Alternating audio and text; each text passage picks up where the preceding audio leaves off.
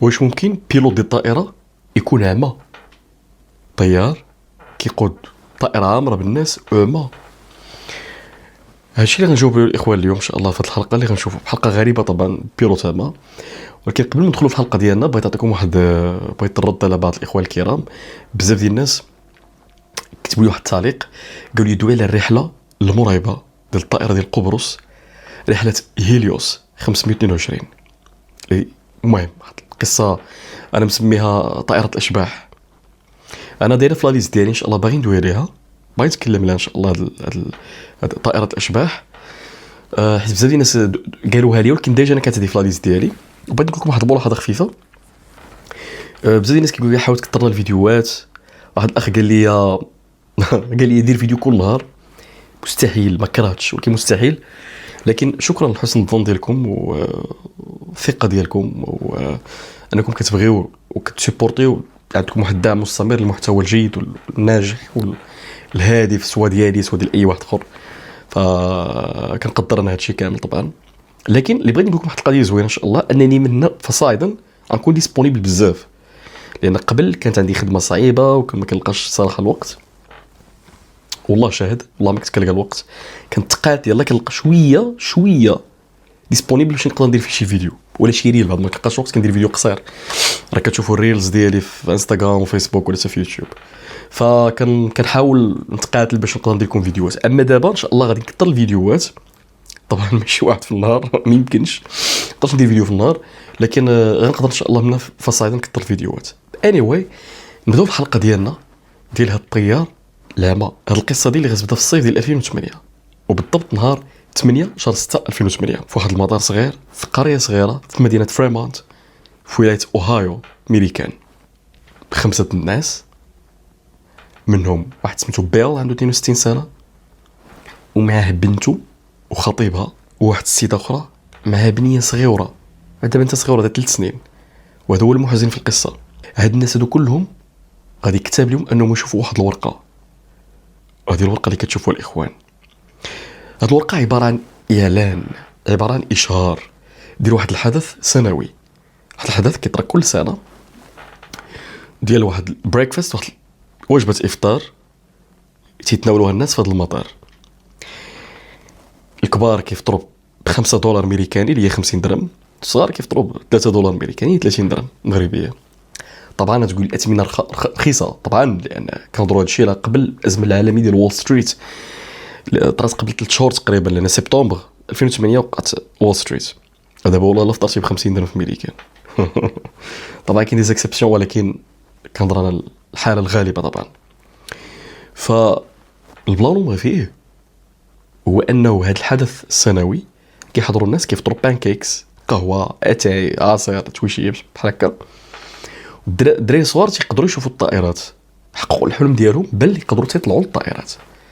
كيضربوا جوله ب $20 امريكاني اللي هي 200 درهم للواحد، تيطلعوا في طائره صغيره كيضربوا دور. ولكن شكون اللي حطت الاعلان؟ هذا هو بطل القصه ديال اليوم، طيار جين اللي عنده 86 سنه.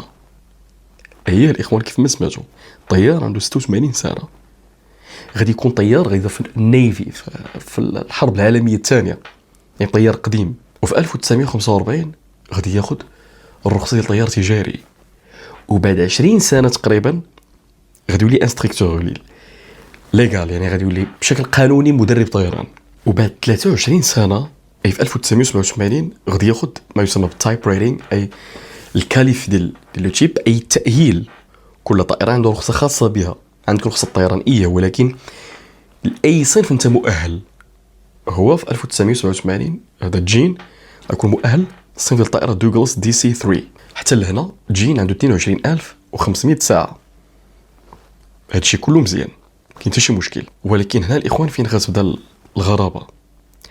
هاد البيلوت هذا جين بعد عامين من بغى يدير الميديكال ديالو الرخصه الطبيه، غادي يقول انه عنده 30000 ساعه من الطيران، اي انه في عامين زاد 7000 ساعه من الطيران، اي انه كل نهار كيطير 10 سوايع. هذه طبعا حاجه مستحيله. وبعد عامين اخرى في 1991 غادي يقول لهم عندي 22000 ساعه، يعني غادي ينقص سوايع. وبعد عام في 1992 غيرجع تاني 30,000 ساعه. لان الجين يا اما كيخرف اما عقلو ما خدامش مزيان يا اما كيكذب. ولكن علاش غادي يكذب؟ وعلاش غادي يكذب في الايرو ميديكال سنتر على الكلينيك اللي كيفحصك كيدير لك الميديكال ديالك؟ هما الاهتمام ديالهم اكثر انك اللي كنتي كتخرف او اللي كنتي كتكذب. اما هما ما عندهمش اهتمام طبعا في هذا الساعه ديال الطيران. انت واحد ما عمر شي كلينيك غادي يقول لك وريني اللوغ بوك ديالك شحال من ساعه عندك، مستحيل. فهما ما يهمهم انه علاش كذبتي، واش عندك مرض عقلي ولا مرض نفسي، اكثر من العدد ديال الساعات الحقيقي ديالك. وفي 1994 جين ما يكفاش فقط الطيران والخبره ديالو كطيار، غادي ياخذ شهاده ديال ميكانيكي للطائرات، لانه غيكون كسب 11 طياره وكلهم دوك الطيارات كاملين كيدير لهم هو بوحدو كيدير المانتونونس للطائرات ديالو كاملين. علاش دار هادشي كامل؟ باش يولي هو مالك المطار، يولي هو مول المطار اللي طرات في هذه القصه هذه. وغادي يولي عنده شركه خاصه طبعا من بعد ما غاديش يكدلها، ما غاديش يديجا هادشي كامل طبعا، غادي يبيع الشركه ديالو، ولكن دار واحد الشركه خاصه صغيره. اذا جين طيار وميكانيكي هو مول المطار، خونا حياته كامله كدور حول الطائرات. ولكن اكبر كذبه غيديكلاري بها جين هي انه في 21 ديسمبر من 2002 غيقول انه في ديك اللحظه كان جامع اكثر من 56,500 ساعه. علاش قلت لكم هذه كذبه؟ اولا لانه مستبعد بزاف يجمع العدد كامل الساعات من الطيران هو في ديك لاج. ثانيا لانه في 4 ماي 14/5/2007 غادي يهبط العدد الثاني ديال الساعات، وغادي يديكلاري انه عنده فقط 55,000 ساعه. واش كيقمر؟ كملوا مع الاخوان القصه حتى الاخر باش تفهموا البلان، لانه جين كان عنده حوايج اخرى مخبيهم، ماشي فقط السوايع ديال الطيران. هذا الشيء ماشي مهم. هنا الاخوان فين تبدا الغرابه. جين في 10 سنين فقط ما بين 1998 حتى 2008 غيدير 4 ديال لي زاكسيدون في الطوموبيل، ماشي في الطائره، غير في الطوموبيل. في 10 سنين 4 ديال لي زاكسيدون، ووحده فيهم كان خارج وقاطع الشكان طبعا هو اللي فوتيف ما عندوش اسبقيه، وخرج دار الله يسر قطع الطريق على واحد خينا كان يلاه 10 متر باش بعيد عليه. وهذا الشيء اللي قال هاد الورقه كيف ما كتشوفوا حكاو الواد the sun was glaring into the car and I assumed I had enough room. قال لك سيدي حكا الشعاع ديال الشمس كان ضارب في الطوموبيل وانا راه بالي بحال مازال ليسباس، فهمتي، مازال شويه ليسباس نقدر نقطع ماشي مشكل. وماشي غير هادشي فقط الاخوان، بل في 2004 جين كان واحد المره انستركتور ديال واحد الدري واحد بيلوت اخر مازال صغير وكان طاير معاه وكيعطيه لي زانستركسيون كيدربو في واحد الطائره سميتها ساسنا 210. هاد الطائره هذه واخا صغيره مفردات المحرك ولكن عندها ما يسمى retractable landing gears، اي عند الرويد كيطلعوا يهبطوا بحال الطياره التجاريه الكبيره. طبعا الطائرات كيديروا الديزاين هذا باش كينقصوا الدراك، كينقصوا قوه السحب في الطياره، كتخص تكسيري في الجو مزيان، ملي كتدخل الرويد ديالك كتكسيري مزيان. ف جين جاي مع داك الدري وغادي يهبطوا في واحد المدرج، شي وقع في 2004. الدري غادي يقول داك الدري اللي مازال صغير بيلوت داك الصغير غادي يقول جينا ودي راه خصنا نهبطوا الرويد نقربوا من المدرج. يقول لي نو مازال تشيل، فهمتي، برد راه حنا مازال بعاد على المدرج. واحد شويه الطائرات واحد الكلاكسون واحد انذار واحد الالارم ديال ان راه خاصنا نهبطوا الرويد. خوان ما غاديش يهبط الرويد، قال لا مازال لنا الوقت غيبقى مازال الوقت حتى الزداف غيزح الطياره مع الارض، غيزح الطياره بلا ما يهبط الرويد. يعني هادشي ماشي نورمال. وما بغاش يدوي في الراديو، ما بغاش يدوي مع المراقب في الراديو. ومني غادي يبغي يبرر هادشي الان تي اس بي ناشونال ترانسبورتيشن سيفتي بورد غادي يقول لهم حكا انا كنت كنعطي لي زانستركسيون الهاني داك الدري اللي شويه عقلو ثقيل مكلخ والهاني شويه وحكا وهذا بقى كيعطي اعذار. ومني قالوا لي علاش ما جاوبتيش في الراديو، بغيتش تدوي في الراديو، قال لهم انا كنت ملهي، ولكن هو بينه وبين داك السيد من الراديو قال لي هذا لي روبور ديالي ندير فيه اللي بغيت. يعني تخيل كيفاش كيفكر، نسى السلامه ونسى القوانين ديال الطيران الدولي وهادشي كامل، وقال لك حكا هذا المطار ديالي ندير فيه اللي بغيت. هي فعلا المطار ديالك ولكن ما تقدرش دير اللي بغيتي، قوانين دوليه كتحكمك. جين كان كيدير حتى واحد البلان اخر، كيدير ما يسمى reduced thrust take off، اي انه كيقلع باور بقوه غير كافيه، ما كيدخلش لاكسيليراسيون كامله. ما عرفش قال لي راسو قالك حكا الطائره تقدر تقلع ب 50% ديال الثراست ديال القوه. والناس كانوا شافوا واحد المره بغى يطير بساسنا وكان غادي يكراش، كان غيدخل في الجر ويموت. قالوا واش كتخربق؟ قال لهم انا كنحاول على الموتور، كنحاول على الموتور ديال الطيارات ديالي. طبعا هادشي يقدر يدار في الطائرات الكبار ملي كنحسبوا البرفورمانس، البوا مع الدونسيتي داك النهار، مع الدنسي ريالتي كتسمى، مع التمبيراتور، مع بزاف ديال العوامل، كتقدر مثلا ما ديرش فول ثراست القوه كامله. لكن الطائرات الصغار في التيك اوف والانيشال كلايم، اي داك الطلوع الاولاني، ضروري فول باور، كدير القوه كامله. الاكسيليراسيون كنا كنديروها ملي كنا كنضربوا الطيران، القوه كدير فول باور فول ثراست. خونا كان كيهبط حتى 50%. اش كيدير هادشي كامل؟ واش تجي حمق مسطي؟ الا كان مسطي طبعا ما يعطوش الميديكال، غيقشعوا في الميديكال. ولكن جينا الاخوان كانوا مخبيو واحد القضيه غريبه. كان عنده واحد المرض ما يسمى بالماكولار ديجنريشن. هذا واحد الانتكاس بؤري او لا، المهم هذا شويه كلمات طبيه، الاخوان الاطباء غادي ياكدوا لي هاد الشيء اللي كنقولوا، واش جبت المصطلحات صحيحه ولا لا. حيت انا بعض المرات شحال مره كنحاول ارتجل امبروفايز، كنخرج كلمه من عندي بالعربيه اللي ما كايناش، تكون في اللونجلي، حنا كنقراو داكشي باللونجلي في لا تي بي ال، وكنحاول نترجمها بالعربيه. هاد المرض الاخوان كيصيب غالبا كيصيب كبار السن، طبعا ما كيصيبش الناس الصغار. كتصاب الماكولا واحد البقعه كتكون وسط الراتنا اللي هي الشبكيه، فكتمشي كتفقد لا فيزيون سونترال. حيت الفيزيون الاخوان الرؤيه عندنا بلونغلي كنقولوا سنترال فيجن الرؤيه المركزيه، والبريفرال فيجن الرؤيه الاحاطيه. الرؤيه الاحاطيه هي مثلا انا دابا راه كنشوفك، ولكن انت دابا راه كنقدر نشوف فيك هكا، كنشوفك شنو كدير، واخا ما مركزش عليك كنشوفك شنو كدير، او هكا كذلك كنشوفك شنو كدير. هذه كتسمى الرؤيه الاحاطيه. الناس بهذا المرض هذا كيقدر يشوف الرؤيه الاحاطيه بحال هكا، كيقدر دابا انا كنشوفكم دابا نتوما بحال هكا، ولكن ملي كنديرها ما كنبقى نشوف والو. الرؤيه المركزيه الفيزيون سونترال ما كتبقاش.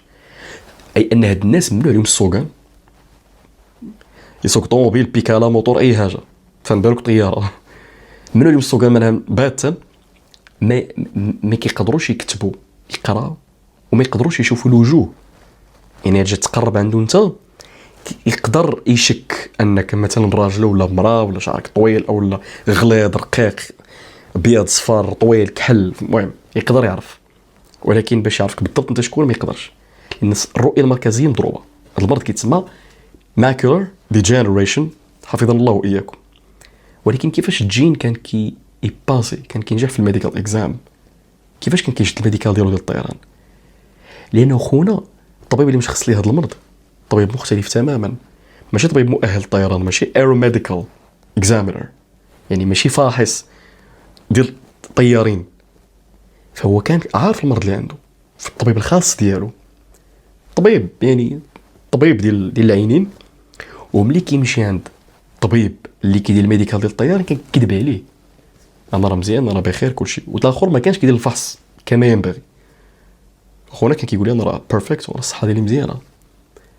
خونا ما كان كيشوف حتى حاجه، المغاربه كيقولوا ما كيشوف 10 العود، هي هذه. فتخيلوا الاخوان الطبيب ديالو شخص ليه هذا المرض قال ليه انت ما خاصكش تبقى تسوق طوموبيل، طبعا ما تسوقش حتى حمار عرج، فما بالك تسوق طياره، ممنوع منعا باتا. فخونا كان كيشوف 20 على 200، وملي كيدير الكوريكسيون كيدير النظر كيشوف 20 على 100. يعني خونا كيتسمى عمى، نقدروا نقولوا عمى، اي عنده مرحله متطوره من الماكولار ديجنريشن. فخونا كان عمى وكان كذاب، كذب بزاف ديال الحوايج، كذب في الميديكال ديالو، كذب في السوايع ديالو حرفيا بدون سبب، ما عرفتش اش كذبوا السوايع ديال ما دازها هنا. وكذب في واحد القضيه اخرى، داك الاعلان اللي كان واضح اللي شافوه دوك 5 الناس، داك الاعلان كيكتب انه كتقدروا تجيو كطيروا في الطائره ديال دوغلاس دي سي 3. فالناس كيكونوا متحمسين يطيروا في واحد الطائره تاريخيه قديمه وكبيره، كيتضح انهم غيطيروا في طائره صغيره فيها 6 البلايص، فيها هو ومع 5 الناس فقط. اذا ندوزو الاخوان شطرا النهار ديال الفلايت ديال الرحله. جين غيكون دار بزاف ديال الرحلات في داك الصباح، كيدي ناس كيحطهم ولكن ما كيدير شي امور غريبه، كيبغي يعيق في الطيران ديالو. بحال واحد الشخص من الشهود قال لك ودي كان غادي وخلى توصل نهايه المدرج تقرب للشجر ويطلع دار هكا، دار ستيب كلايم، يعني واحد طلعه ماضيه. علاش دار هكاك؟ عياقه بغا.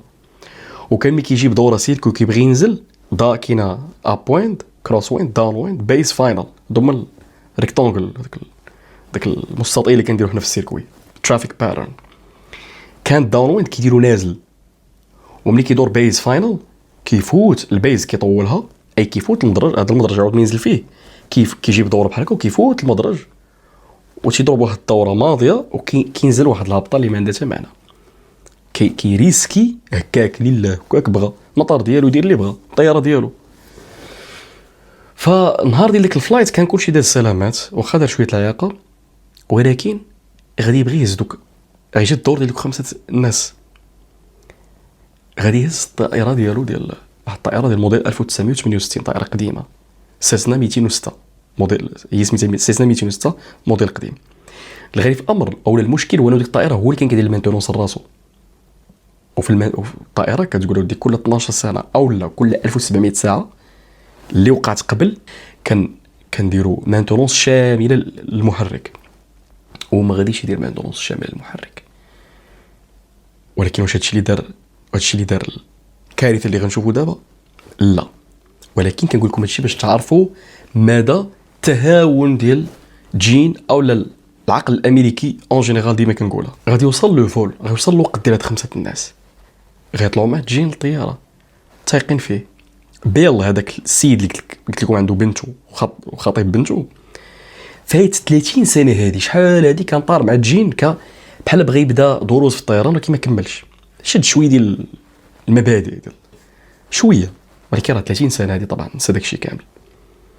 فعارف هو جين كيسوا بيلوت ديالنا القديم اللي معروف ليروبور ديالو، الطيارات ديالو، فهمت كلشي الناس كيعرفوه، 86 سنه يعني اسطوره في الطيران. يطلعوا مع الطياره، الرحله فيها 30 دقيقه، يضرب بهم دويره. فالمحزن في الامر والغريب في الامر انه تا غادي يضرب بهم الدويره ورجع للمطار ديالو غادي يبغي يهبط، واحد من الشهود غيقول لك ودي جاي بواحد السرعه اللي هابطه بزاف على السرعه النورمال. عندنا الحراره الصيف في ميريكان طبعا قسم الشمالي من الكره الارضيه في شهر 6 الحراره، عندك بوا زايد، حتى واحد دوك الناس ما تعبروا. فيديو اللي كنت دويت لكم، داك الريل اللي كنت دويت لكم سونتر دو غرافيتي مركز الثقل، وقلت لكم ضروري وخطير، ناضوا شي ناس كيضحكوا في الكومونتيرات كنت كتخربق والله مساكن ما فاهمينش، ما عارفين والو. كاين اللي خارج من الاعدادي، كاين اللي ما فاهم حتى حاجه. فالبوا ديال الناس ما محسوبش، والصهد وخونا عامه قانونيا عامه غادي تلمس راك كيدهصص، غيبدا جاي وغادي ينقص. فالطياره غتبدا تستولي من الجنح اليسار هو الاول، غتبدا تهبط بحال هكا كتميل. احد الشهود العيان هادشي اللي شاف. تخيلوا الاخوان فوق المدرج، وصلت للمدرج باغا تهبط، حتى لاخر لحظه عاد جين غادي يكسيري، ما عارفين كان غيب. هو طبعا ما تقدر تكسيريش، اول حاجه كديري كتهبطني في الطياره باش كتزيد السرعه ديال الاير سبيد ديالها، عاد ديك الساعه كتكسيري. اول حاجه كديري هي هكا، كاين شحال ديال الناس كيسحاب يدير شي هكا غتهبط للارض. لا، راه ملي كدير هكا راه بحال شي زالوله على السونتر دو غرافيتي، كدير هكا كديرها في الفوق، كديرو انت مهزوز معلق، كدير هكا كتزاد السرعه كتكسيري كتطلع هكا كيفاش كنسوقوا الطائرات الصغار. خونا غادي يدير ستول، يبقى ستول هي ايروداينامي فوق المدرج، توصل عباد الله تلحق وتهبط الطياره وغتفرشخ فوق المدرج. والناس ما غيموتوش من هادشي، غتشعل واحد الشراره وغتحرق الطياره فوق المدرج، وملي غيبغيو الناس يعتقوهم غيتفرقوا واحد التانك، واحد الخزان ديال الوقود اللي كاين في الجنح، غيتشتت وغادي يقتل دوك الناس كاملين سور بلاص. جين وخمسه الناس اللي معاه كاملين، البنيه صغيره بريئه ما دايره حتى شي ذنب، مسكينه الدريه الصغيره الله يرحمها.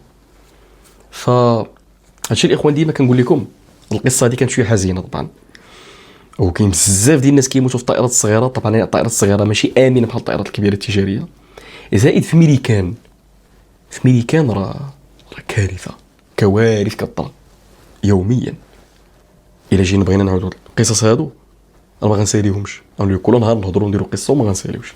هادشي كثير بزاف، فقط كنحاول ندير داكشي اللي يقدروا نستافدوا منه، يكون فيه شويه داكشي تكنيك نقدروا نهضروا فيه ونحللوه شويه. اما هما المشاكل ديال الطيران الاخوان فريمون كثير في ميريكان. هادشي اللي كاين، والسلام عليكم ورحمه الله.